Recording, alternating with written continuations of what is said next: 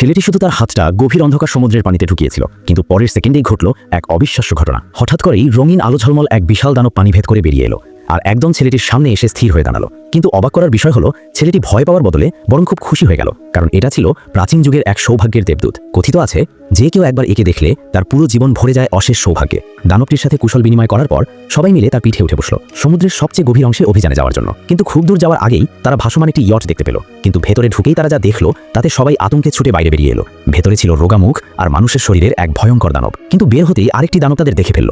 যতই পালানোর চেষ্টা করুক, দানবটি তাদের পথ আটকে দিল। ঠিক সেই সময় ইয়টের মালিক লোকজন নিয়ে সেখানে পৌঁছে গেল এবং সবাইকে লোহার খাঁচার ভেতরে বন্দী করে ফেলল। কিন্তু দেবশক্তিধারী শাওয়াইকে এসব দিয়ে আটকানো সম্ভব নয়। সে একটি রহস্যময় আঁকা টেপ লোহার দরজায় লাগালো। পরের মুহূর্তেই পুরো দরজাটা জাদুর মতো উধাও হয়ে গেল। যখন ইয়টের লোকেরা বুঝতে পারলো ততক্ষণে শাওয়াই আর তার বন্ধুরা সমুদ্রে পালিয়ে গেছে। কিন্তু স্বস্তির নিঃশ্বাস ফেলার আগেই আরও ভয়ঙ্কর বিপদ তাদের দিকে এগিয়ে এলো। দেখা গেল অসংখ্য হাঙরের পাখনার মতো প্রাণী চারদিক থেকে ধীরে ধীরে ঘিরে ধরছে। এক মুহূর্তেই তারা সম্পূর্ণভাবে আটকা পড়ল। আর তার চেয়েও ভয়াবহ ব্যাপার হলো, পাশের সমুদ্রে খুলে গেল ধারালো দাঁতে ভরা এক বিশাল কালো গহ্বর।